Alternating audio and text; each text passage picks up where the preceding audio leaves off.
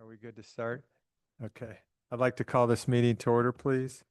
I'm going to do roll call. Commissioner Mason, Present. Commissioner DeGiorgio, Present. Commissioner Radnich, Present. Vice Chair Deming, Present. Chair Monge, present. Can I have a motion to adopt the agenda?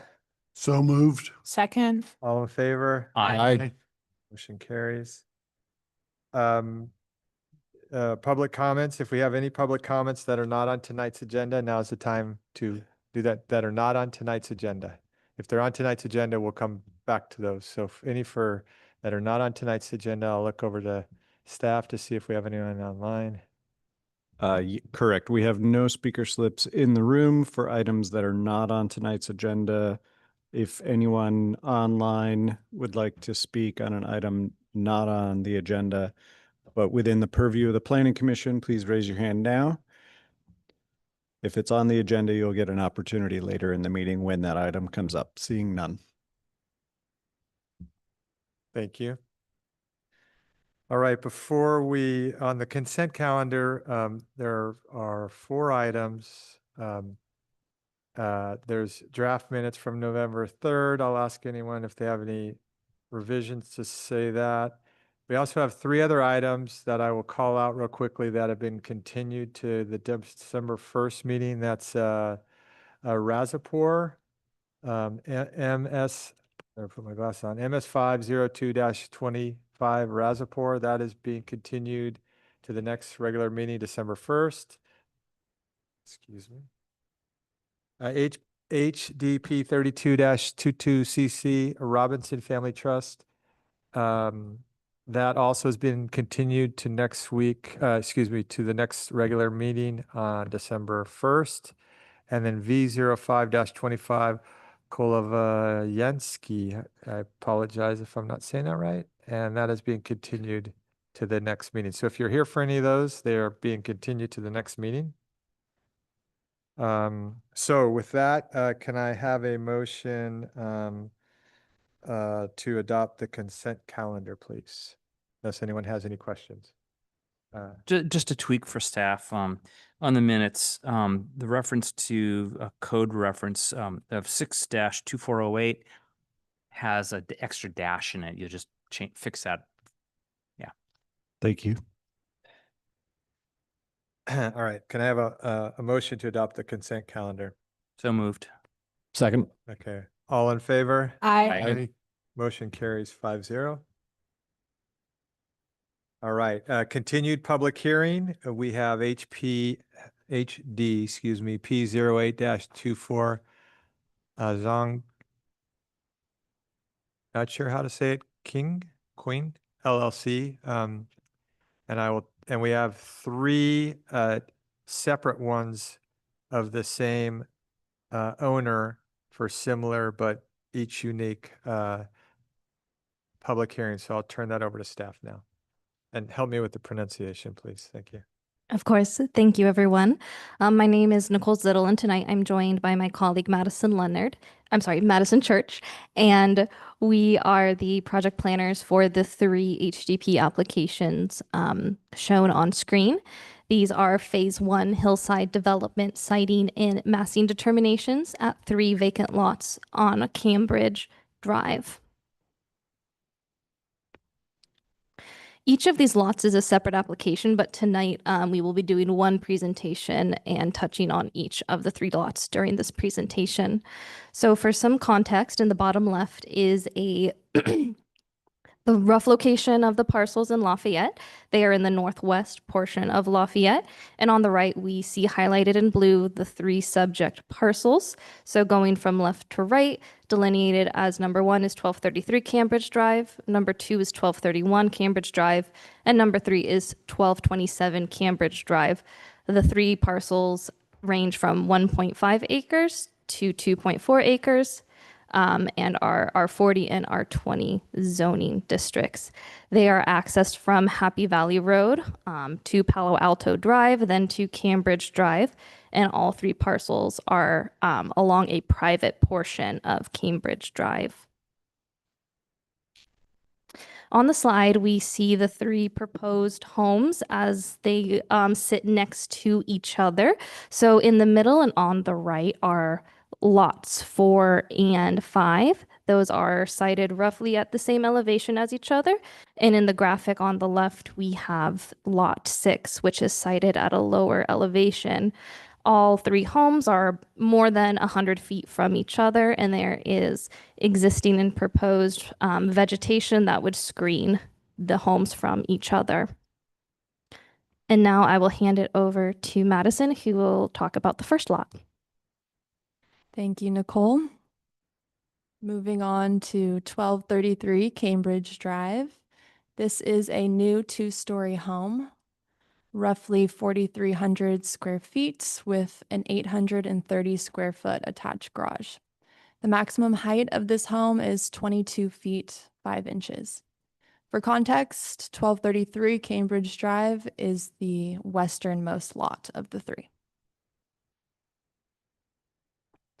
On the screen above, you'll see a constraints analysis showing the existing slope and trees.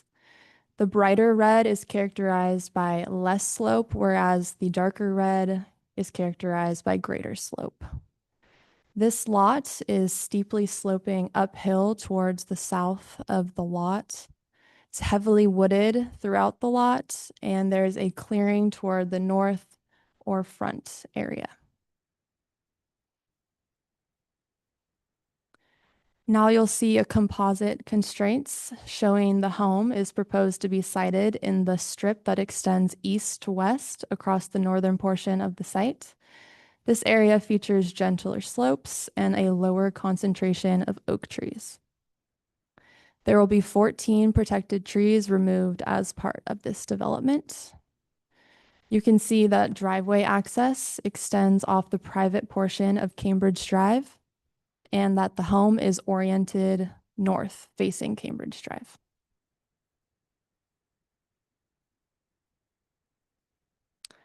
On screen, you'll see a site section which shows the new home in relation to the north side neighbor across Cambridge Drive at 1234.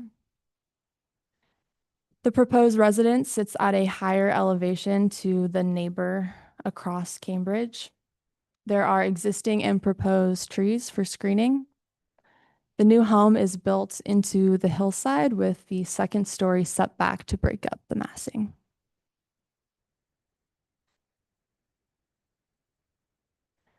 Another view we can see on the site section shows the new home parallel to Cambridge Drive in relation to the west side neighbor at 3921 Happy Valley Road. We can see that there are existing trees for screening and that the new residence sits at a slightly lower elevation than the neighbor on Happy Valley Road. Passing it back to Nicole. Thank you. So the next lot we'll be looking at is 1231 Cambridge Drive. This is also a proposed 2-story home, approximately a little greater than 4,000 square feet with a large attached 3-car garage. And its maximum height is approximately 26 feet tall. And this is the middlemost center lot of the 3 we are talking about tonight. In looking at the constraints analysis and slope for this parcel, again, lighter red is of lesser slope, less than 30%, and that in darker red is greater. The slope in comparison is steeper than the slope Madison just discussed. It is steeply sloping uphill towards the south, which is the rear of the lot. It is more densely wooded with existing oak trees. And there is a little clearing towards the east side of the lot, so kind of in between the cluster of trees shown on screen. And looking at the kind of composite constraints, being able to visualize the areas of slope, we see where the home is sited. It is sited kind of in that little clearing of oak trees on the northeast side of the lot. The front of the home would be oriented towards the northeast and the garage oriented north across Cambridge Drive. The area where the home is proposed is of a moderate, little lesser slope where there is a lower concentration of existing trees, but this application does propose to remove 16 of those trees. Driveway access would be from the private portion of Cambridge Drive, shown kind of snaking up to the garage. Looking at the site section for this home, again, we are looking kind of through the side of the proposed home. So to the left is the home kind of across the way down onto Cambridge, the home itself, and then up the slope. The second floor of this home is nestled into the hillside. The garage is slightly embedded into the hill slope. So the second story is sitting further back, which helps break up the massing, and the nestling kind of minimizes the visual prominence of the two-story home.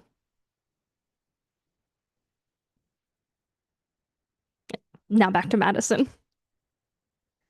Lastly, we have 1227 Cambridge Drive, which is the easternmost lot. It's a similar size of the other two. I believe this is the greatest height at 26 feet, 6 inches.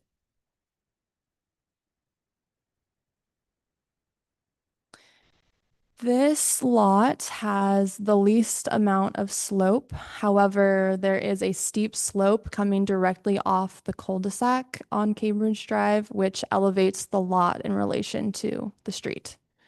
The lot gently slopes at the front with a steeper slope uphill toward the rear.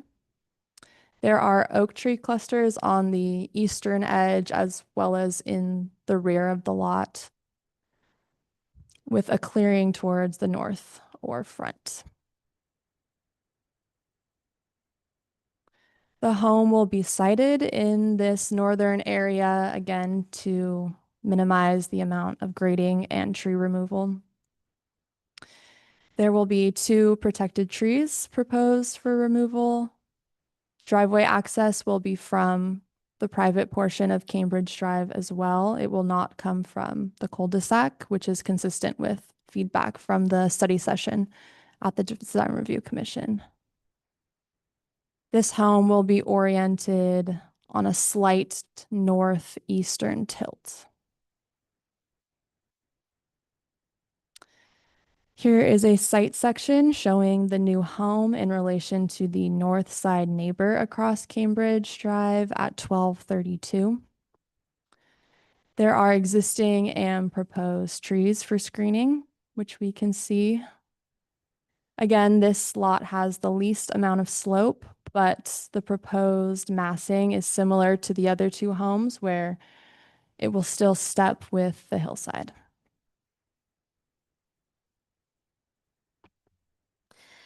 So something I wanted to mention earlier, and I think for clarification, is the difference between a phase 1 and a phase 2 hillside development permit. So this is a phase 1. So the Planning Commission is strictly looking at the siting and massing of the proposed residence. And then after the phase 1, the application will move towards a phase 2, which is seen by the design or acted on by the Design Review Commission. And those are more kind of like the architectural considerations, landscaping, really kind of site specific considerations. But again, tonight is just the phase 1 siting and massing analysis. So back to the slide shown on screen, these 3 projects were referred to our outside referral agencies, and we did receive comments back from a few of them, which are included in the staff report as attachments. One comment from comments from the fire district I kind of wanted to focus in on. So as discussed in the staff report, the private portion of Cambridge Drive, which extends from the cul-de-sac to the subject properties, is a dead-end road exceeding 150 feet in length and would typically require a fire code compliant turnaround. The fire district reviewed the proposed plans from all 3 lots and approved an alternative materials and method approach, allowing turnaround to be omitted from Cambridge Drive in exchange for implementing fire mitigation measures, which are shown on the screen. Staff has incorporated these mitigation requirements into the conditions of approval to be implemented during the Phase 2 hillside development permit. All three projects were noticed to surrounding neighbors within 300 feet and posted in the vicinity of the parcels at least 10 days in advance of this meeting. We did receive 2 public comments that were included in the staff report as attachments.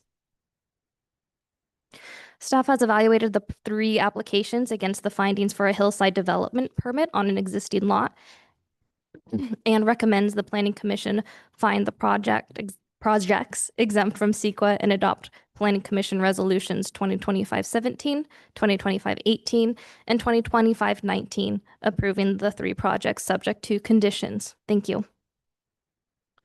Thank you. Any questions for staff? Commissioner Radnich?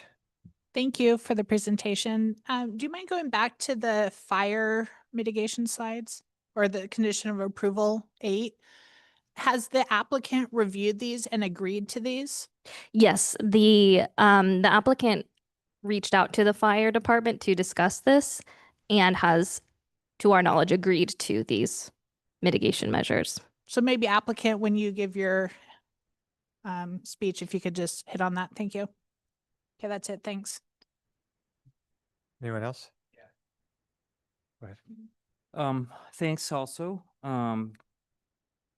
For the second presentation, the lot 5, I didn't notice in the conditions of approval number 8, it didn't mention the AMM that were mentioned in other reports. Can you explain that? Yes, and thank you for pointing that out. I believe that was an oversight on staff's part, but the intention is for all 3 lots to have that condition. So we can amend the conditions to add that. And then another question had to do with grading, and that's primarily a Phase 2 issue, I guess, or we're approving grading at this point, or we're not approving grading? It's you're correct. Grading was kind of analyzed in the in this project in terms of, you know, how the home is situated into the property. And we did outline the findings, but I believe it is my understanding that the grading will be further analyzed during the Phase 2. Okay, that's what I thought. And for that point, when you get to that point, I was curious, and it's outside of purview, so I'll be really short. With the amount of dirt that's going to be excavated and hauled off, I didn't know whether the city tends to incorporate any conditions of repairing the city streets. I know this is a private road, but that might be something to consider when it gets to the Phase 2 portion. Yeah, definitely. Thank you for bringing that up. So the public portion of Cambridge Drive is under the purview of the Right. Public Works Department. So that is definitely something that could be brought up with our city engineer during the Phase 2 review.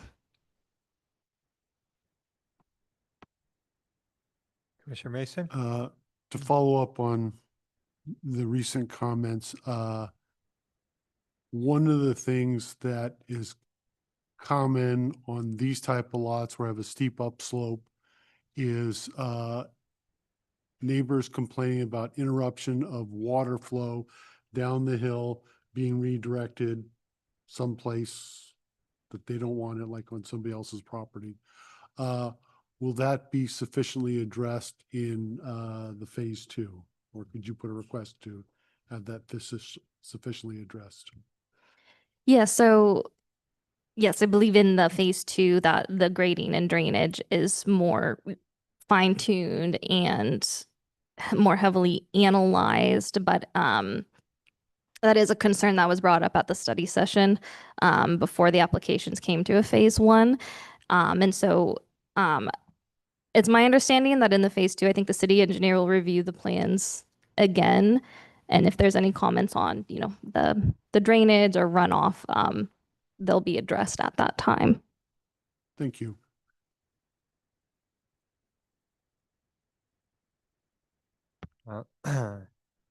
I just have So I want to make sure on, siding and massing, that includes setback, right? I think it does. S- Maybe I missed this, but when we were looking at, and it could have been on the other ones, but the one I was talking, 2232 Cambridge, I thought it showed the side setbacks as 15. Not that one. It's I think it's the middle one. Or no, it might be, actually, it's the far western, the one closest to yeah. So right there, it looks like the setback is 15 and 15, if I can see it. And if I read this, it says side is 40 aggregate, 20 minimum. That means it could be, well, 20 and 20, I think. And what this says proposed is greater than 20. Oh, you know what? I might be on the wrong one. I'm on the wrong one. Hold on. Well, it's probably the same required though. They're all three would be the same, right? So I believe one of the parcels is R40 and the other two are R20, which would have different side yard setbacks. Yeah, okay. So let's look at this. Maybe that's what I did wrong. So 3, I believe it was 3, even though there it says 1227. I think I give you a different address, but so that's R20. Well, maybe it was 1. I'm confused now. Maybe staff can just review the setbacks for each. Yeah. Yes. Yeah, that's all. Thank you. That's a much better idea. She should be doing this. Okay. With that, let's see. If the applicant for this one would like to come up, introduce yourself and maybe help us understand some of this. Thank you.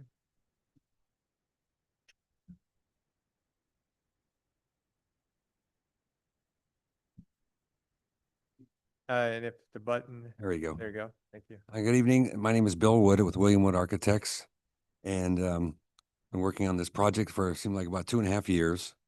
And I want to thank staff because it's been a long journey to get to here to make this project like the most low profile, low impact as much as possible on this project. To kind of answer your question, lots 4 and 5, or excuse me, lot 4 is an R40 zoning, which is the far lot at the very end of the private road, and then the other 2 lots are R20. So we try to get as much in lot 6, which is the end lot closest to the cul-de-sac, is the narrowest lots when you're going up the property. It's very deep, but it's very narrow. So we wanted to, and that's an R20 zone. So it's similar in consistency to the neighborhood as far as all the other homes that are on that street. But we did meet with Chuck Greenberg and also Bob Swat many times with Mr. Greenberg, with the client. Very transparent throughout the whole process on drainage, soil stability, visual impacts, and everything as far as access for vehicles and parking on site and so forth. So we went through the process, and it's been about 2 years since we went to the study session on these homes, and got a lot of great input back from them. I wanted to try it. Majority of my homes are on ridgelines, hillsides, and things, so I try to respect the I call it the design guidelines for ridgeline designs to go as low as possible on the designs of these homes. Number one has always been, when we go to a study session, has always been, where's the house going to be located, especially on the hillside. When you have numerous trees, you have limited access to the property, and we try to find the path of least resistance in keeping the mature trees as much as possible around the perimeter of the home to screen from the neighbors, as well as giving stability of the land around the house. And then try to dig the homes into the hillside as much as possible with respect to getting the driveway and access to the property. But most importantly, have guest parking, because there's no parking on this private lane. It has to be self-sufficient on the property, meaning you have to supply at least enough cars there for guests and so forth to park without having to impede on the private road.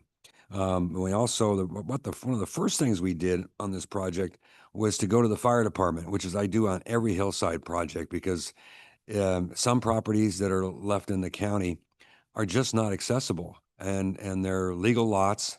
And so we work with the fire chief, and that's where a lot of this came up with regards to the alternative measures and materials on the houses, as well as keeping the distances. Everyone has to stay away from the trees as much as possible around the perimeter now for fire insurance. I mean, I planted oak trees around my property 41 years ago, and my fire insurance wanted me to take all my trees down within 50 feet of the house, which was a condition of approval for the approval of the home. So I'm sure you're probably facing that now when people are coming in wanting to take out trees because their fire insurance won't to do it. But oak trees are probably one of the very few that is very fire resistant around. I mean, I get rid of all the pine trees, the eucalyptus trees, and so forth. But oaks have always, I mean, that's why they're living so long, as they do go through fires, and they are very hardy in terms of fire resistance. But keeping a certain distance away for all vegetation, that's another one of the things that's required. And to answer Commissioner DeGiorgio's question regarding the street, normally what we'll do video of the streets private road and the street itself for any damage prior to that, and then submit that to the city, have them keep that, and then come back at the end of the project, and any damage is done to the street usually is incurred by the owner. And that's pretty standard. And then on private lanes, usually have I call it a roadway maintenance agreement, that anything like I say, same thing, you take video of the property and the road beforehand, and then check it out at the end and see if there's any damage done to the road. One of the major things I tried to achieve on these three homes was to keep the lowest profile possible, lowest height on lot number 4, which is the first lot, which is at the very end of the private road. I tried to keep that home as far as parallel to the topography, try to keep it at 21 feet or less on the height of that house. And I know you're allowed to go up to 35 feet, but I'm trying to do this because Mr. Swat is across the street. We placed the home up above with a lot of trees in between him and the home site, and be able to accommodate not only enough parking up there for guests, but also a turnaround for guests to be able to come back down. He was very concerned about backing out into the street. He wanted to be able to come out frontwards on all three lots. And that was that was our major goal, is to, unfortunately, the car has a huge impact on the design of a home, not only necessarily to get into the garage and back up and get out, but getting guests to come up there and being able to get in and out of the property easily without burdening the neighbors. The second lot, which is lot number 5, we were only 17 feet parallel to the topography on that one. We tried, again, I say, to stair step the home back into the hill. If you look at the building sections that we have, it's on page A5, which is under, I think, A5 on lot 5. I think it's the same sheet on I think all three homes, as A5 has the building sections showing the existing grades and how we kind of tucked it into the hill. My major goal was to try to leave as many of the mature trees around the front of the house as well as the sides. So we kept, I think on lot 4 and 5, we had quite a bit of distance between the two homes, and the same with lot 5 and 6. Try to keep as much distance between the homes, and then let the trees kind of do much of the screening from the street back up to the homes. So it was a balancing act. You don't want to go too far up the hill, because then you do more grading. And then if you get too close to the front, then you get all your vegetation and trees that are protecting the views from the neighbors are going to be gone. So I think we found the sweet spot on all three homes. I feel very proud of how we attempted to design a home on a difficult 3 lots, and to try to make sure that the neighbors were taken care of too in terms of drainage. As far as any erosion control measures, normally we do erosion control measures anyway, and I don't foresee these starting until April or May. Best time to actually do the construction is between April 15th and October 15th. So the goal would be to start construction after the winter. and have the house enclosed by next fall, and then take the winter to just basically finish the interior of the home, and then it's ready for occupancy that following spring. So I hate working in the winter. It's the best thing to do is to start on April 15th or later, and then, like I say, get it enclosed, go for a rough frame inspection, have the even the driveway put in as well by that point. So you're basically just doing the interior from October through March of that following year. Materials and colors, we try to keep a very muted colors, more earth tones, things that would blend into the property. And I've been great working with the neighbors. It's always the first thing we do when we go up and start a project. I mean, I was a planning commissioner back in the 80s and 90s, and then Martinez, and I used to always tell people, go knock on the doors of everybody. If somebody slams a door in your face, you tried.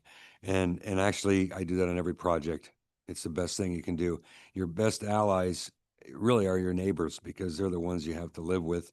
And also, you want to please them and do a better job than, each decade, bureaucracy gets more complicated. And the two things that I stress more than anything is drainage and foundation. Those are the two things that I'm a fanatic on.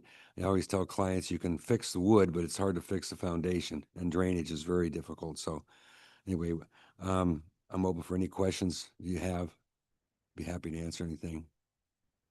Just for staff, are we gonna do this 3 times? Okay. It's okay. I don't mind. I don't want to take away from your time, but I think you got what you needed. Yeah, I pretty much did. Yeah. Okay. Does anyone have any clarifying questions for the applicant? Sorry, this is gonna be a very broad one. I'm pretty sure I know the answer already, but for lot 6, the L-shaped lot there, just a curiosity since this is sort of just siting and massing for this phase. Was there any particular reason? I mean, it does seem sort of like matching the rest of the homes up against the road on the cul-de-sac, as opposed to like that large backspace area there that would kind of offset it a lot more and bit it further out. Yeah.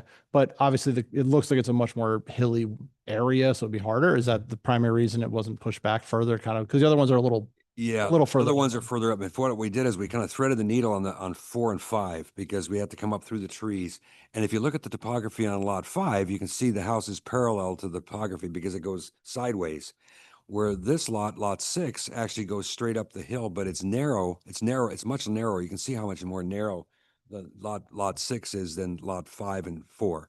And so as you get to where the back of the house is, that's, if you can see the overlay in the background, you'll see the overlay of the vegetation.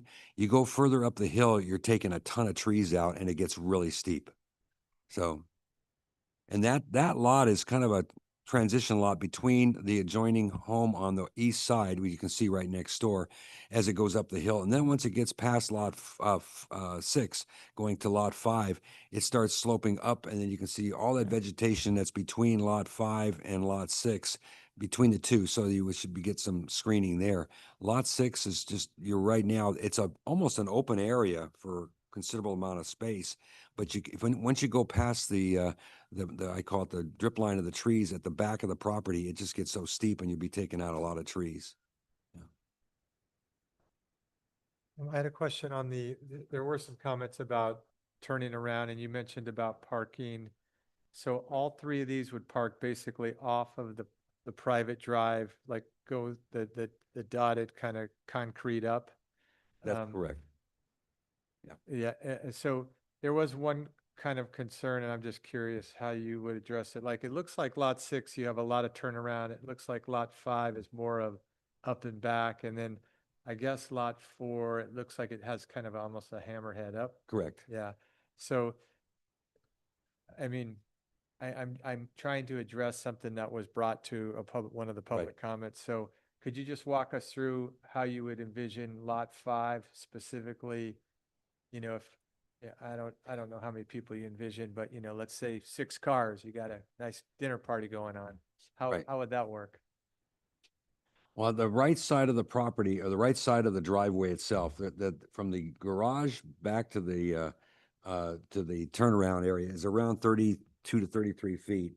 So I assume that the cars themselves would pull in straight in toward, then they back up toward, there's a turnout, a very slight turnout on the right side of the garage that comes in. Lot 5 was one of the most difficult lots.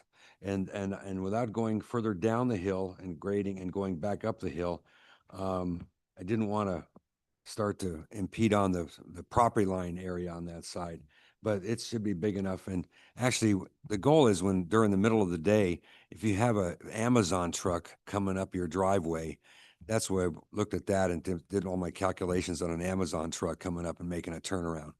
So I can usually get about 4 or 5 cars in a driveway, and but you gotta leave one area for people to back up and come down frontwards. That's the goal. And I got pretty much all these will work fine. Lot 5 is a little tighter, but you should be able to get about 4 or 5 cars in there. And the driveway also gets a little wider at the throat. One thought I had was to also, because I think I've got 16 or 18 foot width of a driveway. Sometimes I'll widen the driveway and near the entry throat of the main driveway to like 18 or 20. So that'll still give you 12 or 13 feet for a car to get down, but it'll still allow you to have a car to park parallel to that driveway in case you had a party of 5, 6, 7 people. But I know that the Swats and the Greenbergs, it's tough. It's a tough property. I mean, they have to back out of their driveway no matter what. And these are much more severe lots. So Yeah. did the best we could for considering, as I do a lot of hillside projects, the car and parking and backups are the #1 key on all hillside projects, because I don't know if any of you are realtors. I always joke that I know a lot of realtors. They said the biggest deal killer on a house is driving your car to show a house to somebody and you can't get out. Mm. The person's going to say, "Get me out of here. I don't want to come back." I just want to confirm, I don't think the Amazon drivers are going up there, but maybe you do, but Yeah. I'm assuming that the width of that private drive, a truck could sit idle on one side, someone runs up. Yeah, I mean, you could. I mean, yeah, you could. Yeah. I mean, yeah, I hadn't really thought of an Amazon truck. That seems even worse, but, or whatever truck. Okay, well, thank you for. Yes, you have to meet the fire department rule for the height, 12.5 feet of clearance.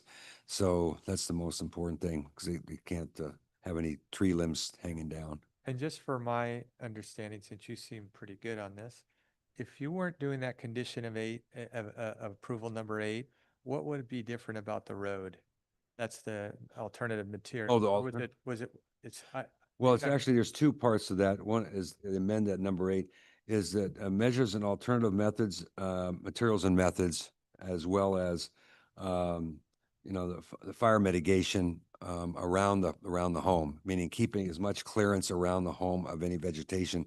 So they don't want any flammable materials, Right. within so many feet of the home. And I was talking specifically on the road. What would have been different about the road? Anything? Like a turnaround or just any? You'd have to have a hammerhead, which is, the new hammerhead requirements now are just outrageous. Now, the new cul-de-sacs, I think, are 92 foot in diameter instead of 72 feet for their. Would that be and I'm just trying to understand this. Yeah, I'm not it's- trying to drive any points. Is that each house would, or the Yeah. private road would need a cul-de-sac at the end of it? The extension of the private road? Well, it's not quite that simple. Well, I'll try to do it in a nutshell. So your requirements are you have to get within 150 feet all the way around the house with the Oh, fire truck. So if they can't do that, so they can go 150 feet without having to back up. I mean, without having to have a hammerhead turnaround. So they'll go 150 feet from where they can turn around. They'll go 150 feet, stop, then they have 150 feet of hose, and usually go, and some of them are going up to 200 now. Then you have to go all the way around the house each way. You have to go 150 feet this way and 150 feet the other way. And if you can't meet that, then you either have to have a hammerhead or a turnaround, or you have to do alternative measures and materials or non-flammable sprinkle the home. Sometimes put a fire hydrant in, have alternative materials that are non-flammable, and then also have vegetation that's a certain distance away from the house. Okay. So you're trying your best, because it's almost impossible to make anything completely fireproof unless you had just a concrete box and you had fire, laminated glass and so forth. But for the most part, yeah, I mean, this was I got done, 200 hillside ridgeline projects over the last 45 years. these three are tough because this is probably why these lots have never been developed, because it's a tough property. And, you gotta take some sensitivity to the properties and, make it look like they belong there when it's done. That's the whole goal. Well, thank you. I appreciate that. Any more questions? Yes. Again, since we're talking siding and massing, it looks like you've already given some thought to it. But can you walk us through the site retaining walls, the extent, the expected heights? So the first goal has always been, and Lafayette is one of the, probably the best cities in the Northern California for sensitivity to hillsides. Going back 40 years, we always try to do retaining walls, maximize retaining walls, even if you do multiple retaining walls at 3 feet, because you can vegetate the top wall and the lower part of the wall and make it disappear after a year or two. So our retaining walls, like I say, my goals have always been to try to stay 3 feet max on retaining walls, just because it's a lot more, less intrusive to being, you know, in the driveway or around the house. Unless the house is built into the hill, like a garage is bunkered into the hill, but you don't see the retaining wall, it's buried into the hill. Any retaining walls behind the house, I try to limit to 3, and I think sometimes I might go as high as 4. But I don't like, I can't stand like 6 foot, 8 foot high walls. It's just too obtrusive. And I'd rather split it up into smaller walls. And then that way you landscape below it and above it. Like times I use rosemary or some hanging vines to come over the top. And then I do a shrub at the bottom that'll cover the top 2 or 3 feet. So within about 2 or 3 years, the retaining walls will disappear. That's what I was hoping to hear. Thank you. Just following up on the parking spaces. So I know we're doing massing and siding, but we were talking about, I think I see a discrepancy, so I want to make sure in the middle site, 5, in the staff report, I believe it says 3 parking spaces, but on the site plan, it looks like if you count the indoor and the outdoor, it's 6. So again, just back to the whole concept of, is there room for guests? Is there room for deliveries? If you could just confirm the number of parking spaces for site 5. Site 5, lot 5, you should be able to get, the goal is to get at least 3 outside and three parking spaces in the garage, and then 3, possibly 4 that you could get on the driveway. Okay. I was just making sure it wasn't only in the garage. Yeah. Thanks. Right.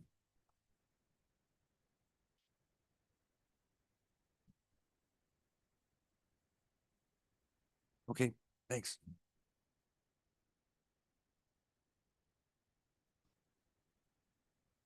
All right. Now we'll open this to public comment. So if you do have any public comments, if you could make sure that planning group has your card and then they'll call you up. Please come on up, introduce yourself, and you have 3 minutes. The first speaker is Lawrence Johnson, I believe, followed by Chuck Greenberg. And you're welcome to stand at the lectern or have a seat and speak for up to 3 minutes. Do you need to press anything? The green light is on, so it is amplifying. Okay, good. Thank you. Well, you knocked out quite a few things on my agenda. The main thing was the proposed the drainage issues. This is going to be covered in the next meeting. So drainage, and then the construction, actual construction issues will be discussed. Mr. Johnson, can you, 2 things. Do you mind telling us where you are just so we can get perspective of your questions? Like, you're one of the neighbors, I'm presuming? Yes, Okay. On the downside? I am on the upside. Well, I'm on the downside. You're right. The downside. We're at 1230 Cambridge, which is right next to. Okay. And then if you would please address your questions up here and just go, we might not answer them in real time, but if you could address them up here, we'll try to make sure we can deal with them. Okay. Thank you. Thank you. Okay, so I'll hold off my questions till the next phase on the drainage and construction. And then also the piers. Do we have a start date on this? This is the phase 1. There's going to be a follow-on phase 2, and they'll go through design review. And out of that, I mean, I don't know what their plans are, but that'll be up to them. So the answer would be no, there's no start date right now that I'm aware of. Okay. In reading through the proposals, keep seeing the reference to that it should be, something should be versus will be. So are we trying to build in some wiggle room there, or why doesn't it say should, will be? Is there a specific one you want to point to, just so we're clear? Because I don't know if you're talking about the staff report or conditions of approval or. Yeah. Okay, there's several of them. I'll pick out one. Page 6, the very bottom. Just so for clarity, are you talking about, because there's 3 of these, how they might not all be the same on the page number? Is there, No, they're throughout the document. all right. Says steel reinforced, capable of resisting this force, should extend to the full length of the pier and should be tied to the top of the bar, instead of saying it will be. Why don't, because I'm a little afraid you're going to run out of time. So is there you've got 22 seconds left. So is there anything else? And we'll try to address what you've said. Well, other than there's the parking, I think on lot, well, its address is 1227. Has for 7 cars. Is that correct? I'd have to look, but is there a question in there? Is it the number of cars? Yeah, I'd just be interested. I think I read 7, but you talked earlier about 6.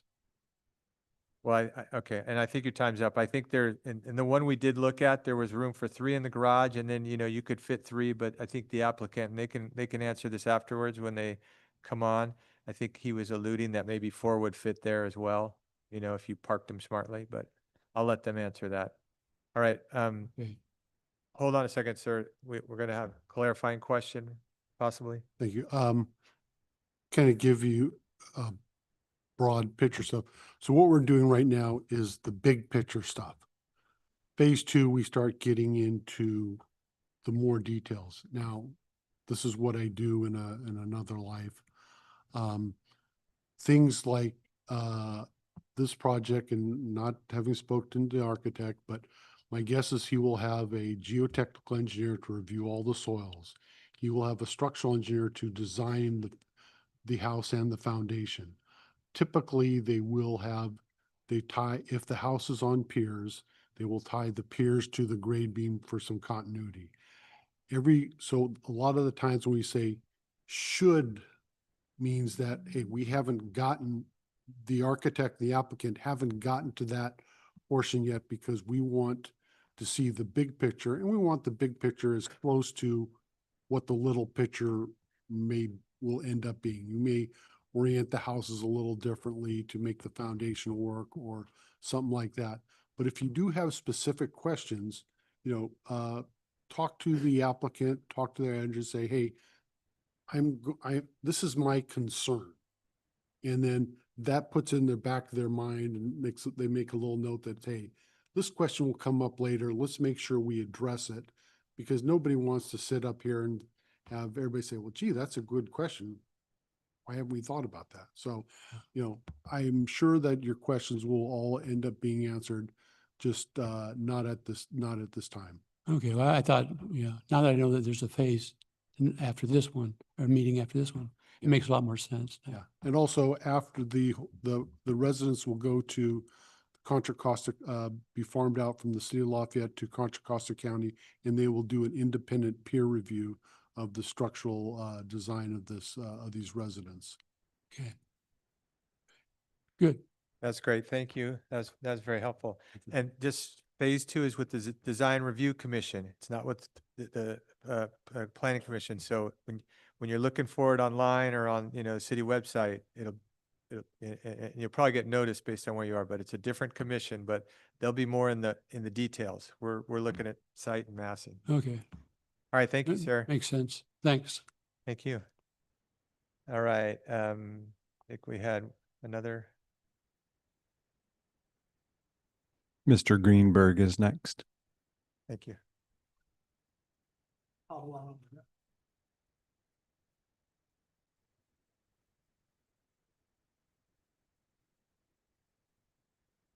Just push the button right here, sir. See it green? At the base of the microphone. Is that on? It is on. you hear me? That does not have a green indicator, but it is on. That was a trick question. My name is Chuck Greenberg. I live at 1232 Cambridge Drive, which is just below Lot 5. Bob Swat is my neighbor. He lives at right next to me, and he lives below Lot 6. Excuse me, Lot 4. So as Bob said in his letter, and I said in mine, and we, by the way, first I want to thank Bill and his team, Bill Wood and his team, and Mike Yang, the owner, for their cooperation and transparency. Their cooperation and transparency over the last 2 years. They've done a great job in responding to our concerns. There are very few remaining issues that we have, and it's more. And I'm not an engineer or an architect, so I would revert to you all to determine whether, in fact, there can be 6 cars on Lot 5, and any one of them can turn around. I don't. Bob Swat, who's an architect, says that's really not possible. Bill had responded to Bob's comments on Lot 4, where he widened the turnaround on Lot 4. But as you aptly pointed out, Lot 5 is still the same. And I don't think you can get 6 cars in that turnaround, and any of them to be able to turn around and come down without backing down the road, or trucks backing down the road, which we think would be a significant danger, because not only are they backing down onto the private part of Cambridge Drive, they're backing into the cul-de-sac, where twice a day it's a designated pickup and drop-off zone for Happy Valley Elementary. We got a lot of kids coming around that cul-de-sac. So it's important that no trucks and no cars back down their driveway to enter the private road or to enter the cul-de-sac. And so again, whether it's adequate or not, I can't say. It doesn't appear to me as a layman to be adequate. And I think Bob is suggesting that, at least on Lot 4, that it be expanded. And we would suggest the same on Lot 5. The drainage and runoff issues we can deal with in phase 2. They're very serious issues. That hillside steep, tremendous amount of runoff. I won't deal with that today. The fire danger here is intense. So whatever is done with alternative methods is really important. If there's not a turnaround for an emergency vehicle, because it's not going to be possible. Just to make clear, the drive, not only is the private road a fire lane, so there's no parking, but each of these driveways, the private road is under 20 feet. The private driveways are 15 feet. So you can't park on the driveway either. So the only parking for anybody coming to that, or for trucks coming up, is at the top of the site next to the garage. Those are the comments that I would make. Great, thank you, sir. Hold on. We have my clarifying question, Commissioner Mason. Actually, it's just more of a comment. I live on a private street also, just like yours. The property lines go right to the middle of the street. The street had been there for 50 years or so. And one of the things I can recommend is get some sort of agreement with all the property owners, so you don't say, well, I don't have as much, like what happened to us. I don't have as much frontage as you do, so I should contribute less. Well, you still have to get in and out, and we spend a lot of time arguing that. So anything you can work out together now is preferable to sometime later, when beloved oak needs to be trimmed down because it's encroaching or something like that. We totally agree, and I think Bill would agree as well, to have a road maintenance agreement. There's also an architectural control committee, because on the 6 lots that would have to approve the subdivision anywhere, the construction of the homes on the site. But it's very good advice, and we've been to that movie. I won't get into the details, but I share your concern. Good, thank you. Vice Chair. But just 2 quick questions. One, how long have you lived at your current location? 45 years. Okay. And I mean, for, I guess, easy real world example, how often, or how do you find, for your own use of your own driveway and parking, guests having over, Amazon delivery trucks, whatever it may be, for your own setup with the size of your driveway and turnaround, do you have trouble? Do you have to back in and out? Do No. you have turnaround? We can turn around. And the trucks can turn around. Nobody backs out intentionally. Okay. I'm just trying to think like, size, spacing and all that kind of thing. Yeah, I mean, we have we have a driveway that's, I think, I don't know, whatever, it's 14 feet that comes in, then it widens and we have a 3-car garage and a turnaround. I don't remember exactly the size of it, but you can easily turn around a truck. Well, you can't, I mean, a semi truck, no, probably not, but Amazon delivery trucks all the time turn around. Okay. Cause I was just kind of looking, just trying to very vaguely guess, looking at from the, Google Maps photos online and all, and kind of roughly comparison. In our what the case, plans are. people that can come to visit can park on the cul-de-sac. So we're very close to the cul-de-sac. The homes, lots 4 and 5 are going to be very, very, people are going to have to walk up a long way to get to them, and then up the private driveway to get to those homes. Thank you, sir. Thank you. Yep, thank you.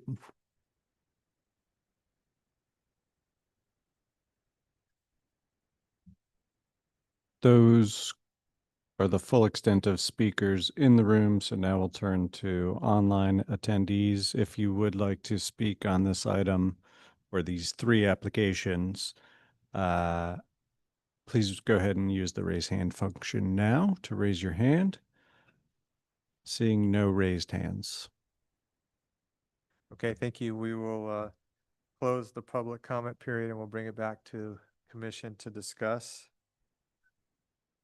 Oh, yeah, I'm sorry. Applicant, if you'd like, you're welcome to respond to any of the comments if you need to or feel you want to. Comments they made, so. Thank you. Bill Wood again, on, in regards to Mr. Johnson's on lot 6. The recommendation from the soil engineer, that was what I think he was referring to. All the engineering for the foundations have to go back through the soil engineer to verify that it's compliant with the soil recommendations for each of the lots. And then drainage, we can also, for the final drainage, grading and drainage plans, we can even go over that with him as well, with the civil engineer. But as far as starting on the project, I don't foresee starting on any project in the winter on this property. It's just it's too much of a mess, and plus it's not worth it. So the goal is start after April 15th, as I mentioned, and have it completed by at least the outside site work being done before winter hits. The next. Sorry, just to clarify, 2026. That's correct. I think that's what, I mean, we started in 2022 or 2023, so I think some for hopefully next year. Okay. All right. Thank you. All right, with that, we will close public comments and bring it back. Did I miss anything else? All right, anyone have any comments? Anything you want to discuss?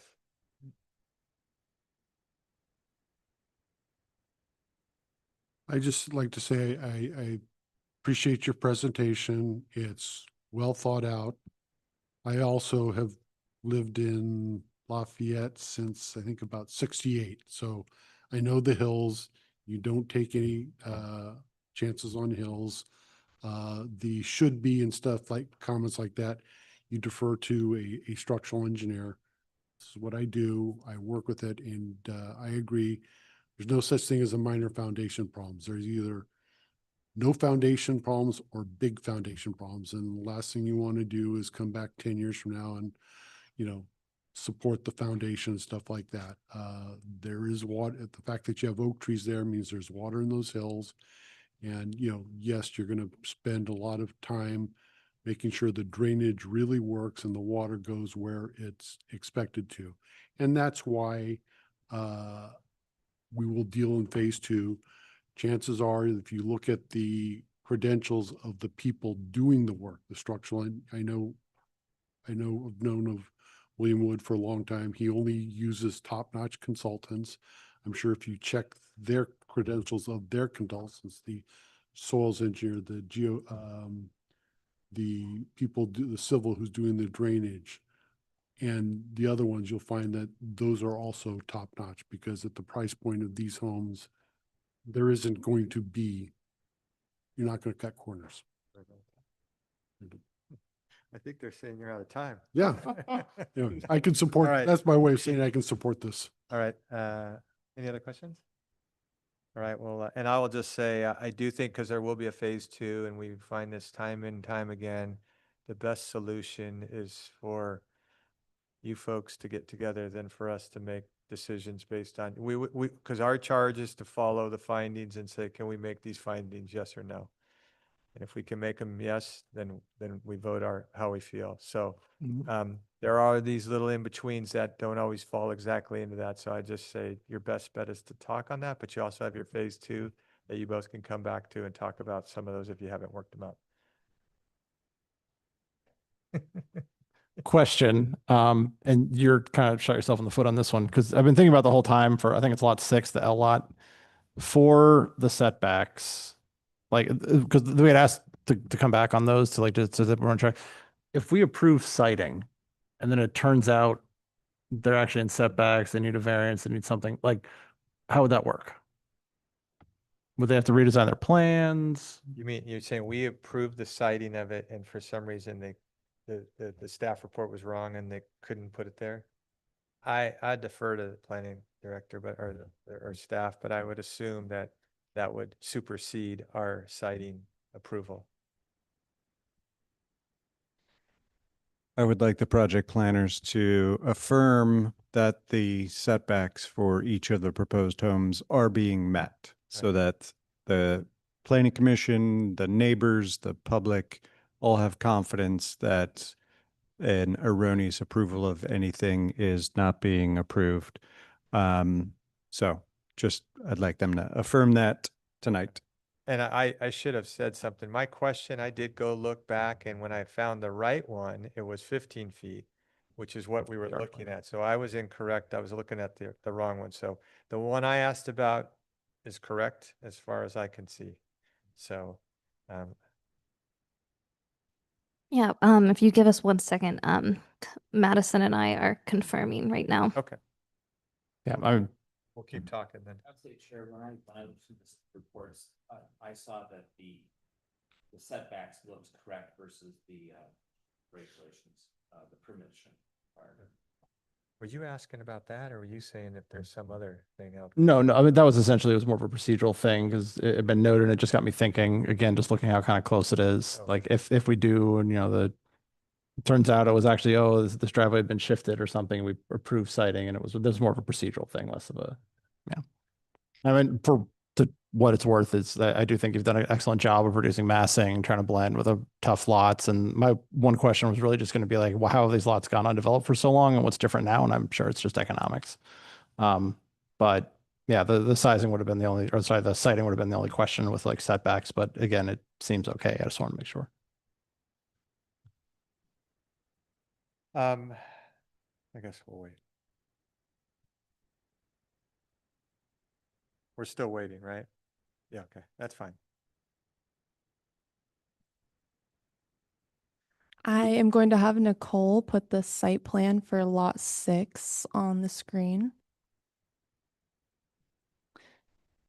So according to the R20 side setback requirements, it is a 35-foot aggregate side setback with no side less than 15.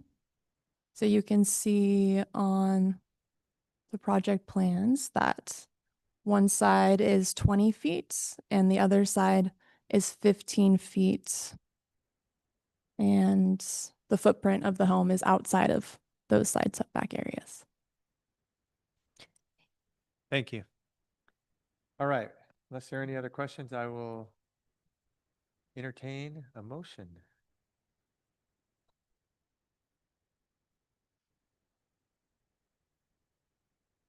Anyone do it? You can do it. I'll make a motion. So for HDP 08-24, I assume we're doing them all separately. This first one, I recommend that we adopt PC Resolution 2025-17, approving the project subject to conditions. We have a second? Second. All in favor? Aye. Aye. All opposed? That motion carries 5-0, the approval. All right. Chair, I'd like to make a motion. And just so I'll say what that one, each one of these can be appealed within 14 days to the city council. Yep. And that applies to all three of them. Okay. All right, I move that we adopt the staff recommendations and find the project exempt from CEQA, adopt PC Resolution 2025-18, approving the project subject to conditions. With friendly amendment? Yes, go ahead. No. Go. Yes, with the amendment of correcting the conditions of approval. Second. What, I'm sorry, what was the condition I had to get?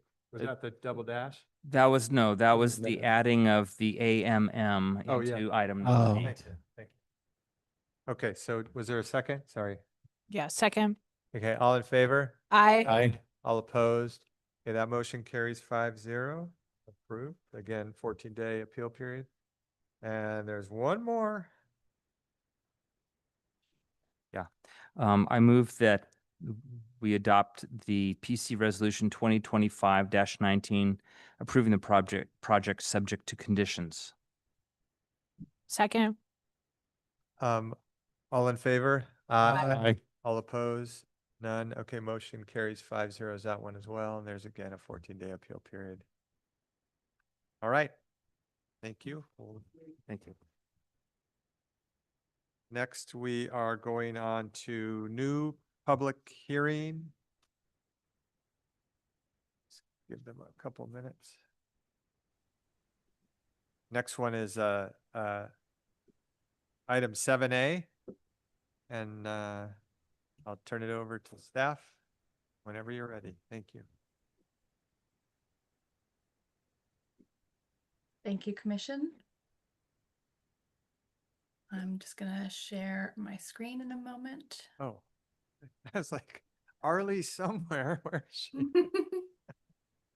I'm not in the room, it's true. One moment, please.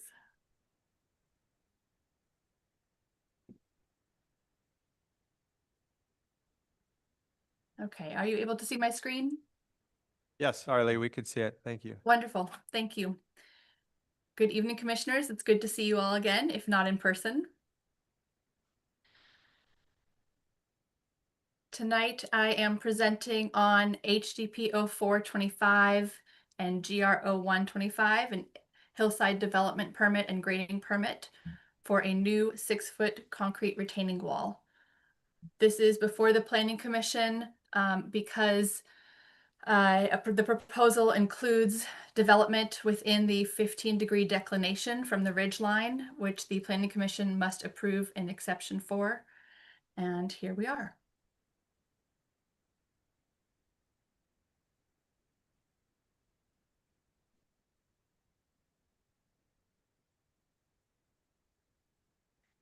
The context of the project is that it sits at 1166 Camino Vallecito, which is in the northwest Happy Valley neighborhood of the city on about a half-an-acre lot.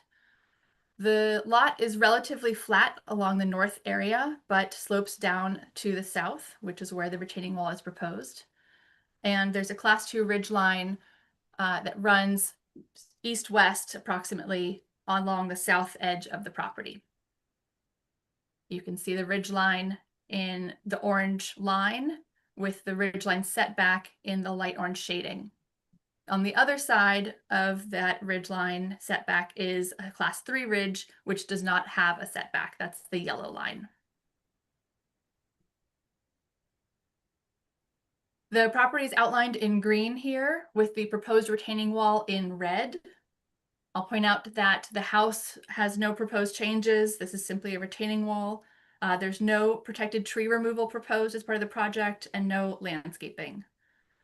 This image shows the distance from the house to the surrounding properties and homes, the closest being approximately 80 feet away. These are measured from the existing home, not the retaining wall, but the retaining wall is not far from the home. So similar numbers.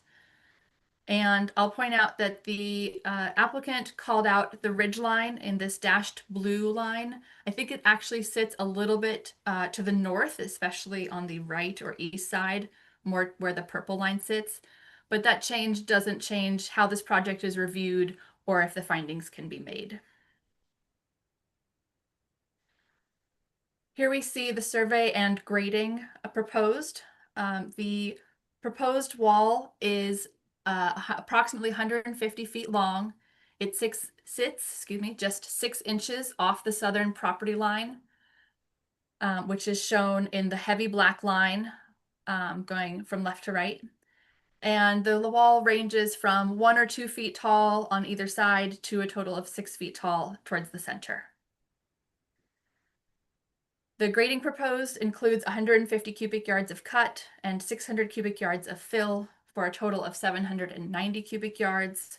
This triggers a grading permit at 50 cubic yards being the trigger. The 2 red dashed lines show where sections were provided. These are those sections. So A, which was on the left, is shown in the upper right here, and B in the lower left. The majority of the wall is above the 15-degree declination. That's the red dotted line here. So again, the exception must be made by the Planning Commission to be approved. You can see that the wall itself is shown in the heaviest black line.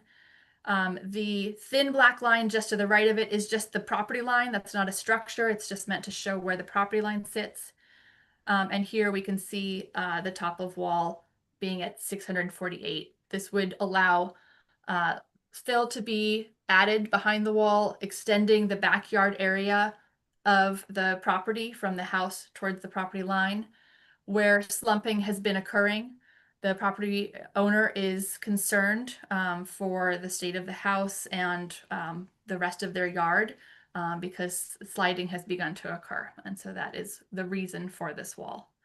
You can also see on the left where the red dotted line comes to the proposed grade level, the class 2 and class 3 ridge line that we mentioned earlier.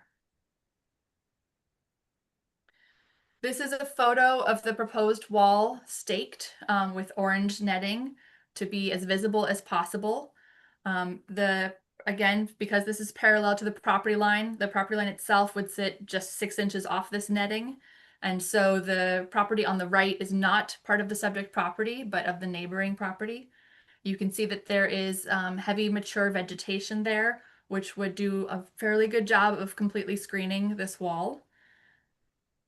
This is another photo taken of the netting from below, downhill, looking up towards the property. If you squint in the dark little shading spot between the 2 green massings, you can kind of make out the netting, but it's pretty hard, which I think is a pretty good illustration of how difficult it would be to see the wall. However, all of that screening does sit on someone else's property and is therefore under their control, not the property owner of the subject property. I have some images here from Google Earth. I actually want to start on the right. Our subject property here is outlined in the green line on the right at the top. All that tree coverage I was just mentioning sits below it downhill, which is to the south or below the house in the image. Camino Vallecito is the road that's at the bottom left corner. It actually winds all the way around in kind of a big U shape. And you can see there's very large trees. The left image is scrolled kind of down, so the perspective is much lower. You can see again the tall massing of the trees. It would be, and the road is this tiny little gray triangle at the center bottom of the left image. So we're still not at the road level at all, though we're much lower in perspective. And you can see that most of that property line is hidden at this point. Again, the property line being a good substitute for where that retaining wall would sit. So those images kind of help understand where the wall is, how visible it would be. Again, the trees are off-site, so not under control of the owner, but the property owner to the south where they do sit is in support of that of the project. So to that end, notices were sent to 18 neighbors surrounding the property and posted in 3 locations 10 days prior, as is our norm. No public comments have been received. However, the applicant did submit 3 letters of support from the neighbors, again, including the property owner to the south. The referral comments went to Contra Costa Fire as well as the local HOA, who turned back no comments for the property. However, engineering did have comments, as were referred to in the staff report. Here I've listed the 3 that remain unresolved from an engineering point of view. The first is that the prior wall that was in a similar location is still shown on the plans. That wall failed and in fact was also placed off of the property on the neighboring property. It's still shown on the plans. It's no longer there. It should be removed from the plans at time of submittal for the building permit. That's condition 22. Also contained in that condition is a reference to the building code requirement that a railing be placed above a drop-off of 6 feet. However, per Lafayette standards, in order to not require a variance, that railing must be placed back 6 feet from the edge of the retaining wall, so as not to be considered a continuous height of 6 plus whatever the height of the railing is. Say it was 3 feet, that would be 9 feet in our code, unless it's set back correctly. So again, the condition has been added to have that railing set back correctly, so it's not considered part of that height. And finally, the most complex comment from engineering is that the wall concentrates drainage across the property to the south. The condition that's been added requires that the plans either be updated to the satisfaction of engineering or that a drainage easement be entered into with this property and the property to the south, formalizing the maintenance and the disposition of the runoff. The point being that while the current property owner to the south supports the project, at some point in the future, these 2 properties will probably be owned by other people, and they might not all be in support of the wall and the way that the drainage has been concentrated. So with the goal of making sure that everything is above board for the current and future property owners, and they understand the conditions, this would need to be added. This easement would need to be required at time of building permit per the conditions.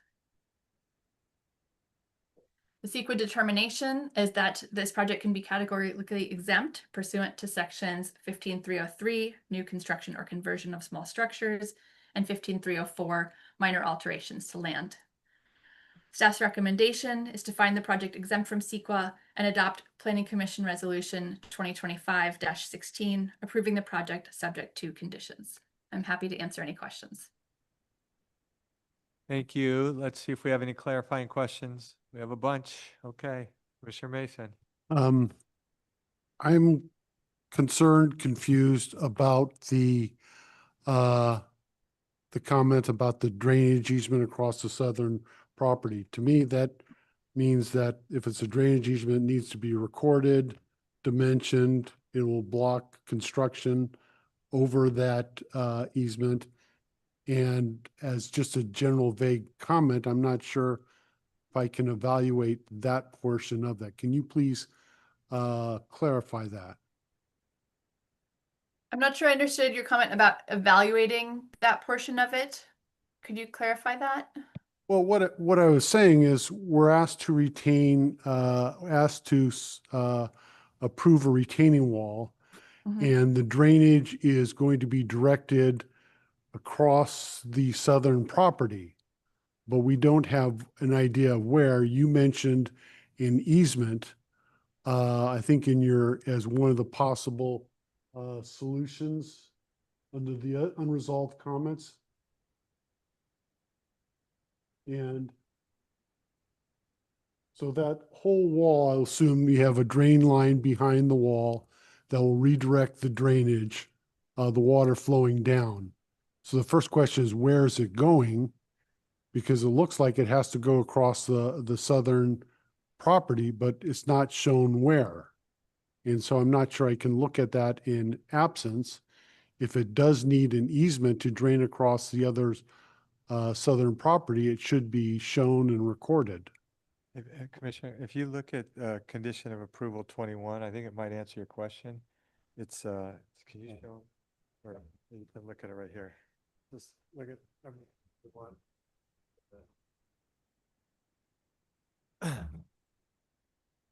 I believe I heard Chair Labange referring to excuse me, condition 21. That is where the proposed condition sits, that states that either the city engineer needs to be comfortable with the design of the drainage, which he is not currently, or an easement needs to be recorded stating that the property owners understand the new drainage patterns and are comfortable with them, such that it will travel with both properties.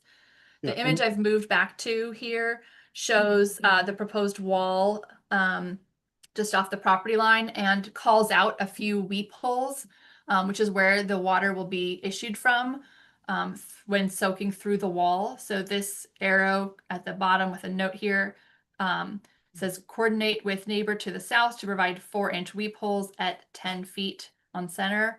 And then 3-inch weep hole, 15 feet on center, are calling out these small dark markings. I don't know how well you can see them. There's a few scattered throughout the wall.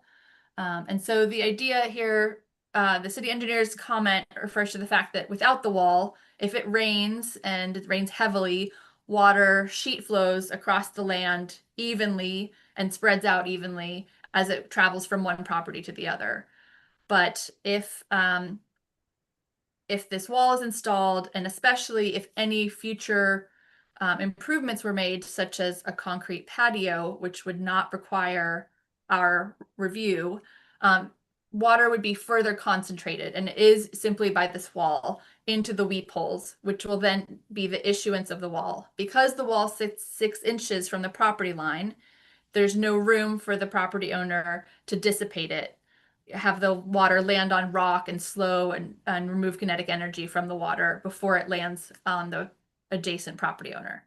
So that's the concern of engineering. Well, because my concern is once you put in the words record a possible easement, that to me would imply a restriction on the southern owner. For example, you're talking about weep holes. There's a lot of water in these hills.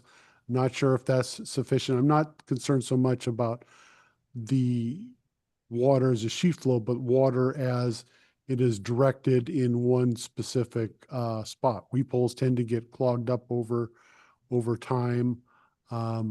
Anyway, that's just my concern. To me, it just seems like this presentation is a little bit premature. And so would you be more comfortable if the easement was already recorded, or were you suggesting something else? Sorry, I didn't understand. I would be more comfortable if the easement was already recorded, because then I would know that the southern property owner had already signed off on it, because an easement will put restrictions on future development of that southern property. But they're not going to enter into that easement. They would have to agree to that easement. So it gives the applicant 2 options. One that they can do on their own without the southern property owner, or one that they can do with the southern property owner's approval to But agree. I'm not convinced that option 1 is a feasible option. And so therefore, to me, that's approving it as premature, because if option 1 isn't a feasible option and they have to go to option 2, then I think they should take a look at it, because that would put a restriction on the future development of the southern property. But only if that other party agrees to it. But then we've approved something which can't be built. Sure. Yes. Could staff clarify? The way I read it was the restriction or the easement was on the owner to the north, not to the south. It's the owner Why- to the south, It because is the the- water will flow to the south, which is downhill. Okay, thank you. But it shall be entered into and recorded. So it's not mandatory. They're not forced to sign that. They would have to agree to those terms. And correct me if I'm wrong, but the way this operates, since it is time limited, is that they have, I think it's like 1 year or whatever it is. So we approve it. If it turns out to be engineering infeasible for option 1 and the southern property owner decides not to agree, and so they don't sign the easement, our approval then lapses.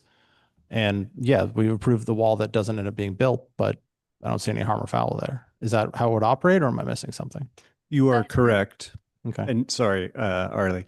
And additionally, even within the term of the approval, within the 1 year, If the southern property owner is not interested in signing or granting an easement to the northern property owner, and the northern property owner can't figure out a way to accommodate the drainage within the 6 inches between where the wall is designed and the property line, then they can't build that property, that wall as designed at that location. And so they need to come up with a alternative solution to accommodate their desired scope. And they would need to resubmit essentially. Well, I just want, Commissioner Mason, are you okay? Can we, Yes and no. I mean, we get a lot of tilted, failed retaining walls in this town. And a lot of them is because drainage doesn't work. You've got the water pressure behind the wall, which is generally about 1.5 times the weight of the soil that it was designed for, and the wall rotates. So, but I mean, are you okay with the fact that the condition of 21, if it doesn't work, they can't go forward? The southern property owner isn't forced to do anything. They would, like the planning director said, they would have to come back. I would be more comfortable if we put in the condition that a drainage study and waterproofing study be done to verify that the first option works. Can I ask something? Sure. Can we maybe just ask questions, clarifying to staff? The applicant is hearing the questions that we're asking staff. The applicant can choose to chime in, and then we can save this for discussion maybe. Sure. Good call. Okay. You have a A question? big- Quick question. So as I recall, from the report and hearing, there was a retaining wall previously that has currently failed, correct? That is correct. Okay. And I mean, just a quick, like, do we know why it failed? It was a wood wall. You can actually see it in this image. It's not a very thick line, Right. but it's just here running parallel to the proposed wall, but on the neighbor's property. And so that wall is not there anymore. It's the failed retaining wall. I don't know how tall it was. It looks like we've got about 6 or 7 feet. And so my understanding is that maybe it rotted. It was not functional anymore. Yeah, so it's not necessarily some underlying incurable movement of land that even a concrete wall would not be able, okay. All right. Any other clarifying questions? All right. Then if the applicant is present, if you'd like to come up and help fill in all the spots we missed. Sure. Thank you. Let me see if I do that. Can you hear me? Yes. Okay. I'm Greg Worley. I'm the applicant for the Shapiros. And I've actually been working on several homes around the area, so I'll be able to answer some of your questions, including SB9 lot subdivision on 2 of the adjacent properties. So I can also clarify where future development may be or is going to be, if you would like to know that, because that southern portion that we've been talking about is an area that will be left native for as long as, I guess, SB9 rules dictate how many times you can subdivide a property. So I can show you on a map too where the new SB9 lot location would be for the Watleys, which is the southern portion. And so just keep that in mind. I have some answers to some of your questions for developable area, how far in proximity the new homes are from the existing retaining wall that was failed, which is 6 feet, which is roughly 6 feet for, if you put that back up, showing where that failed retaining wall is, it will give you, I can give you an idea that that is the kind of the tallest portion of the wall that is proposed. The wall is basically between 1 feet and 6 feet. On average, it's about 3.5 to 4 feet tall. 30% of the wall is going to be maybe 6 feet. And it's roughly in that area that you see where the retaining wall was failed. That wall was put in, not by the Shapiros, but by the previous owners, not knowing exactly where the property line was because it was not surveyed at the time.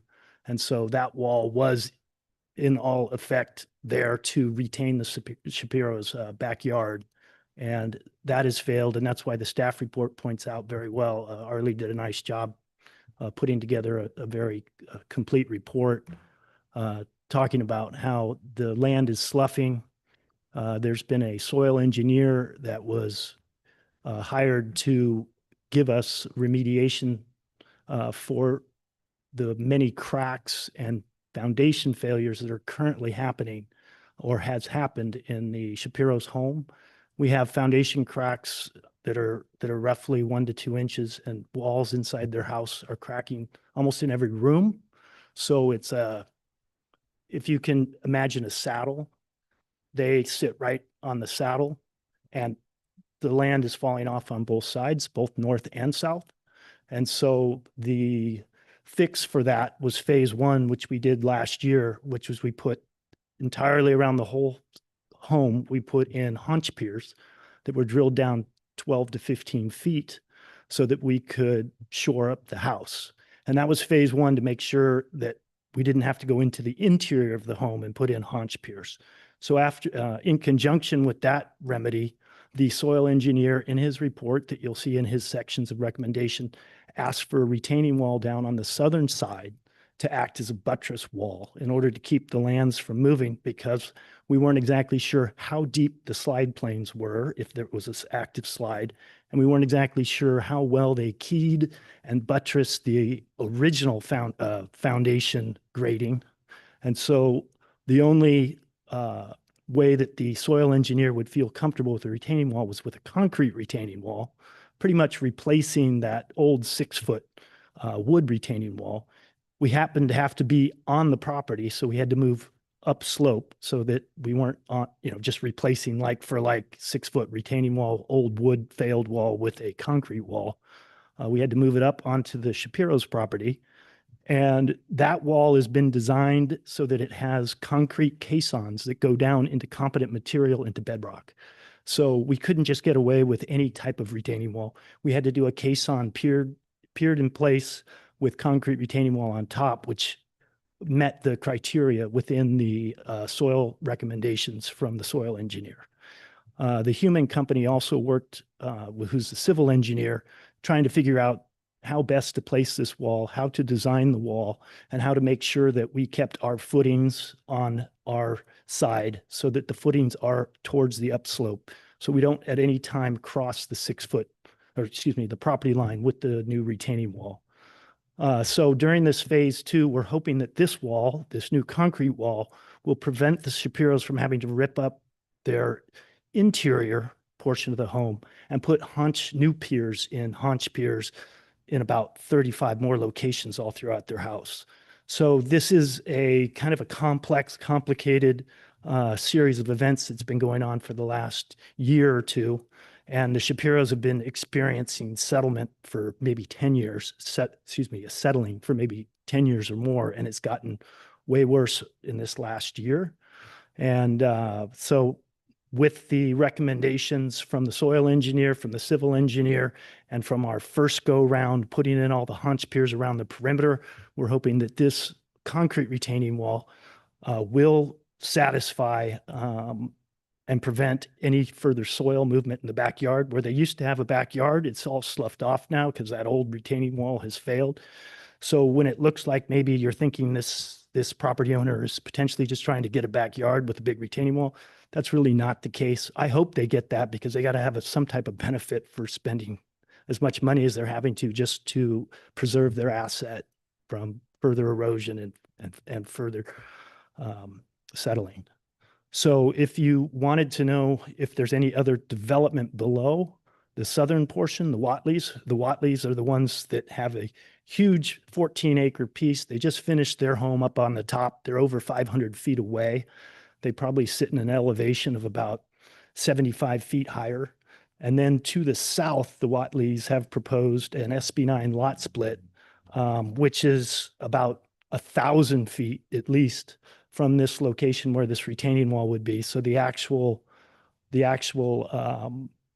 area where there would be no building, as you saw before, where you see all the dense trees down below, there will be no building in that section because that's 1,000 feet away from the building pad that's already been proposed, is on application under SB9 and just got recently a fire approval. So it's in its last phases of the SB9 approval. And then from the 64 viewing corridors, we looked all over. You can't see this wall really from anywhere. Arlie did a good job of providing one of those pictures from the most probably viewable area, which is not one of the publicly viewing corridors. It's just the Camino Vallecito Street. You really can't see the wall. It's very dense.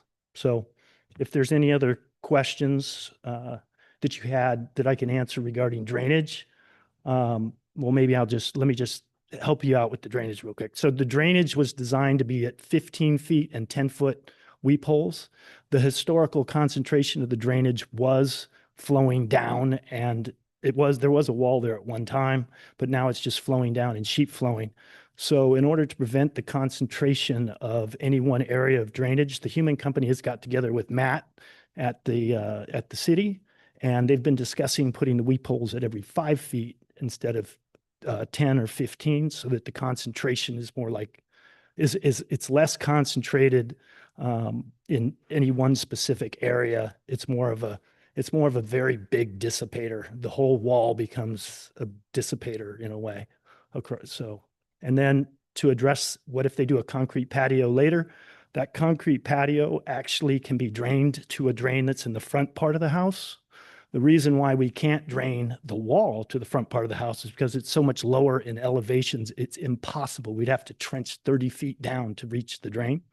So you really can't, it's kind of impossible. But any patio that they may put on the back side of the house, it's on the southern side, could be drained to the regular area drain that's in the front of the house. So you'd probably have a 6 or 7 foot cut trench, but definitely doable. So hope that answers your drainage concern as well. Great. Thank you, sir. Let me see if we have any clarifying questions. Anyone? Anyone? No, I don't see anyone. Thank you for the presentation. That alleviated a lot of my concerns. Sure. We've seen a lot of build walls here, and a lot of them were just poorly designed and not thought through. I know the Human Company, I think very, very highly of them. And their endorsement means that between the two of you, you've thought through most of the potential problems. So I'm fine. I can now, support this. Great. Thank you. You're welcome. Great. I think, any other clarifying? Okay. Thank you very much. Sure. Thank you, guys. Appreciate your time. All right. Do we have any public comments on this? Anyone in the room or online? I have no speaker slips for persons in the room. So we'll turn to online. If you are attending online and would like to speak on this item, please go ahead and hit the raise hand button now.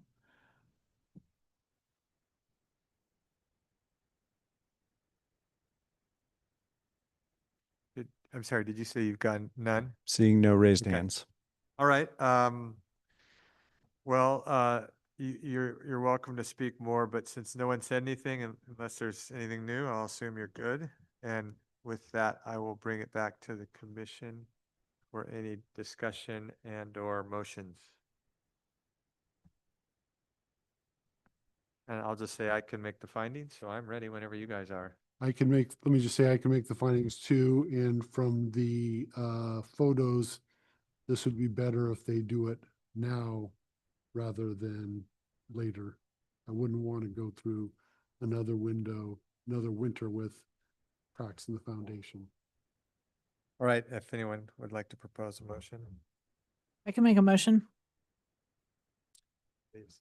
I move that we find the project exempt from CEQA and adopt PC Resolution 2025-16, approving the project subject to conditions. Second. All in favor? I Aye. All opposed? None.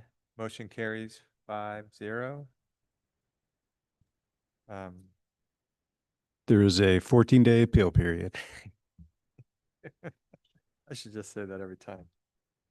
Thank you, commissioners. Good night. All right, thank you very much. All right, now we are on to 7B.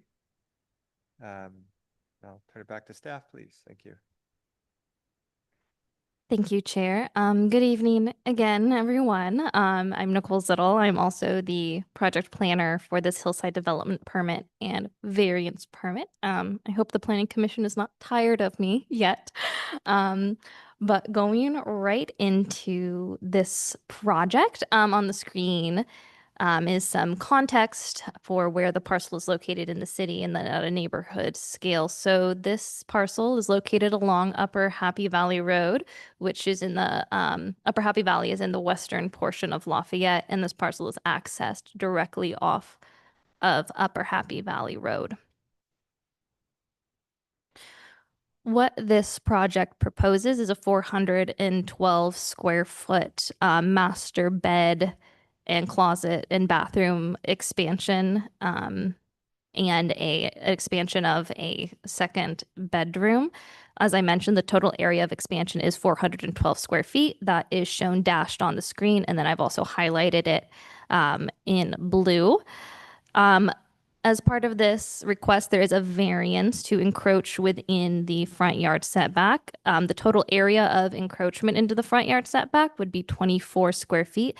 And in other slides, I'll focus in more on that area.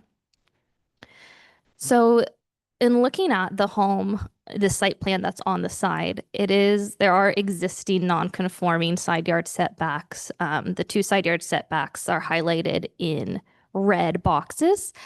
So back in 2000, a variance was approved to reduce the side yard setback to the south, which on our screen is to the left. And on the right side, that area of the house exists encroaching into the required side yard setback. In the graphic image, the aerial image up on the right, we kind of get an idea for how the home is sited on the property. So it is not sited, the walls of the home aren't parallel to the property line, so it sits kind of askew to the parcel lines. In this slide, I just wanted to demonstrate some of the site context of the home. So where this image is taken is if you were standing on Upper Happy Valley Road and looking directly towards the front of the residence. In the top right, I've kind of shown a blue arrow kind of demonstrating the direction we would be looking at on the street. The parcel is, sited upslope from the road. It's pretty decently screened by vegetation at the front of the yard. And I think in the top left, it kind of more clearly demonstrates how the siding of the home in relation to the property lines and the small area of addition. But again, on this slide, I've strived to kind of demonstrate what the proposal actually is. So the blue dashed line is the setback, so the 15-foot side and the 25-foot front. What's shown, highlighted in or outlined in pink is an existing deck that would be demolished to accommodate the addition area. Further, what's kind of shown in orange, that little triangle, is the 4 square feet of area that encroaches into the front setback. Highlighted, the dimension 22 feet 5 inches is the dimension from the property line to the edge of the encroachment. And then the 3 foot 1 inch kind of demonstrates how far into the setback the addition would encroach. So what's shown on screen above is the existing condition. On the bottom is the proposed. So we can see the front addition popping out towards Upper Happy Valley Road. This alteration is not altering the maximum height of the existing residence, and the massing is well incorporated into what is existing. The addition area is also fairly well screened from all sides, so the privacy impacts to neighbors are mitigated. Staff has evaluated the findings for both the hillside development permit and variance and requests that the Planning Commission find the project exempt from CEQA and adopt Planning Commission Resolution 2025-14 approving the project subject to conditions. Thank you. Thank you for your report. Any clarifying questions for staff? All right. If we have an applicant, if you'd like to come up, if anyone in the room.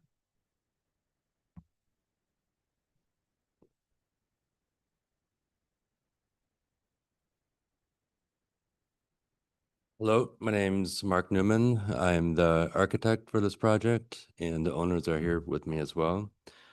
They purchased the house probably, I think back in February or over the winter and hired me to do their addition project for them. And their primary goal was to get a larger primary bedroom and bath out of this project and just increase the overall square footage of their home. In doing so, we knew very early on to do so, we'd have to get a variance. And so that's where we are here. We looked at a number of options and we'd end up even losing program space or getting a less desirable primary bedroom suite than we wanted. So this is where we're at right now. I think one thing that hasn't been mentioned, this is an R20 zoning district. However, the site is smaller than the R20. I think we're like at 15,600 square feet or something like that. So, and as Nicole's mentioned, a variance was approved on the side setback in 2000. So those are, kind of what things we're looking at early on. And the front addition, it's a flat pad, so it makes sense. It's the most buildable area. And looking from the street, it's barely visible. It's screened. It's a higher elevation than the street. Other than that, it's a pretty simple project. It's just a little bump out for and a remodel. Are there any questions for me? Let's see. Thank you for that presentation. Any clarifying questions? And I just, you had answered it, but you said you guys looked, I know it's a constrained site with all the setbacks. So you said, I think you said you looked at this was the best option, basically. This is the best option that we came up with and that they're happy with. We looked at options when they first hired me. We went through a round of options. We again went through some more options the past couple of weeks after our zoning administrator meeting. And, we'd lose something. We'd lose either, program space, existing space. The primary bedroom would get smaller. It's not any significant size of primary bedroom as it is, and even the expansion, it's still fairly modest and kind of today's standards is for a 2,500, 3,000 square foot home. So Great. And I just want to ask, I don't think I saw any comment letters, right? That's correct. No public comment was Had received. no other comments? Correct. Okay. Does anyone else have any clarifying questions? Okay. Thank you very much. Okay. I think we're good. Any other public comments in the room? You're all with the applicants, I'm going to assume then. Anyone online? We have no speaker slips for persons in the room and currently no one attending online on the Zoom, so no public speakers for this item. All right, we'll close public comments, bring it back. And anyone have any questions, concerns? Otherwise, let's vote. Of course. First of all, I think it's well done. I don't think anybody's going to notice. Just on a side note, the years I've been here, I've never had one where we've had variances on 3 out of the 4 sides. And, I would like, in the future, I would like to have everything accumulated because I don't want to get the habit of, give a variance and come back 2 years later, ask for another variance. Come back 2 years after that, come back for a third variance, when if they're all presented together, we would have just said no, so I would like that in the future. But having said that, it makes sense. No one's going to notice the extension once the construction's finished, and, I can support this. I think those are good points. I mean, I don't like to, I think we all want to be honest about variances and why we're doing them. That's probably why the ARC pushed it up here. What helped me a little was no comments. No one's has an issue. you can't see it very well from the street. The sides are kind of protected. So, but I do agree with what you're saying. So anyways, if anyone else have comments? I just want to say I support the project. The amount of intrusion is so minimal that I think it's going to be a great addition. All right, well then let's, I will entertain a motion.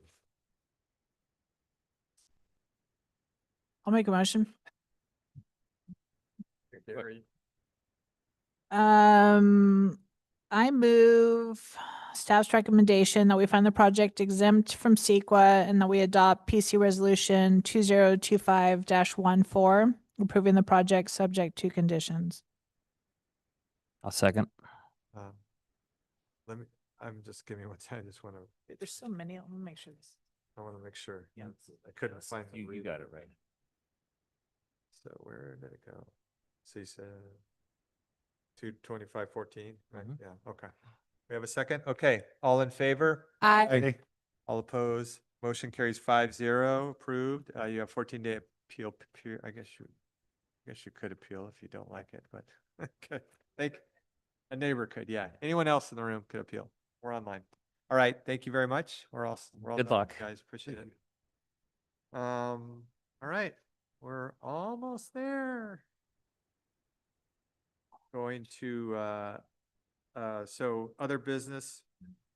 This is saying we're having a meeting on the 1st, no matter what. Quorum be damned. I'm not gonna lack of agenda item. Yes, I think at our last meeting or may have been communicated to you that we did not have any items on the agenda at that point in time, so might be canceling it. That's no longer the case. We do have agenda items. The 3 items that you couldn't continued on the consent calendar. So you will be having a meeting provided that there is a quorum and we're able to meet in this room. All right, so we have chair, vice chair elections. First of all, I'd like to thank the vice chair for an outstanding year in that position. And I did reach out to some folks, and we had some discussions. I think that's okay and not a Brown Act violation, I don't think. Right? There's no Brown Act issues with this item, is there? Correct. Yeah. No, the way you handled it, speaking to individuals without conveying Right. information from one to, right, it was not serial, so Correct. Thank you. Okay. you're welcome. So anyways, I guess we will take nominations to elect a chair and a vice chair. So I'm going to start off and nominate Commissioner Radnich for chair. Because she clearly is the best chair we have here. She acts as the chair, which I like. So let's just cut to the chase. So I'm going to put that out there. But maybe, and I would like to continue Commissioner or Vice Chair Deming as Vice Chair. I'd like to recommend that too, if I can recommend both. So if either of you don't want to do that, please speak up. Well, can I start with something? Mhm. I just think you've also been a great chair, so I think we should acknowledge that you've been doing it for 2 years, Thank and great job Thank you. Thank Yeah. you. to everybody here. Yes. Thank you. And the people that watch it will also agree. Yeah, all my friends and family, they text me. Oh, no, they don't. So- Like, comment, subscribe, good to go. But So are you good then with that concept? Yeah, I'm happy to chair. I know this last year I wasn't able to chair. I'm happy to do it in the future.